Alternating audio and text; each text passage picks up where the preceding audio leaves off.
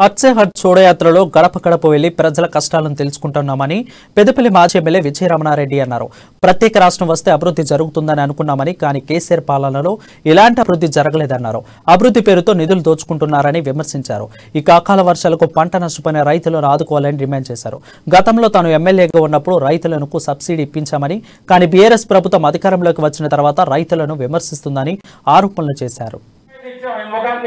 నీ ప్రభుత్వం ఉంది, ప్రభుత్వంలో ఎమ్మెల్యే ఆనాడు కాంగ్రెస్ ప్రభుత్వం. నేను 2 సార్లు ఎమ్మెల్యే 2009-14 పంట ఇప్పుడున్న 30% నష్టపోతే మొత్తం ఈ నియోజకవర్గ రైతులకు నీలం తుఫాన్ల ఫైలం తుఫాన్ల మొత్తం డబ్బులు ఇప్పించాం. ఎలా నిజమవుతా?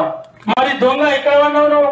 ఇక్కడ ఐకేపీ సెంటర్ ఇనాగ్రేషన్ కడతావు ఈ గుడికాడికి, మళ్ళీ పోయి ఏం చేస్తావు? ఎక్కడో ఇంట్లో అంటావు ఇక్కడ సెంటర్ వల్ల రైతు మీద వర్తాక దోసుకుంటారు నాయన అంటే నువ్వు మాట్లాడు, ఎవరిని పరిష్కరించవు, ఎవరితో మాట్లాడవు. నిజమవుతా? మీ నిమ్మ ఫోన్ చేస్తే ఒకసారి నేను వచ్చిపోయిన సెంటర్ ఇక్కడ వడ్లు కానీ చెప్తే నేను మాట్లాడినా రైతు మిల్లలతో.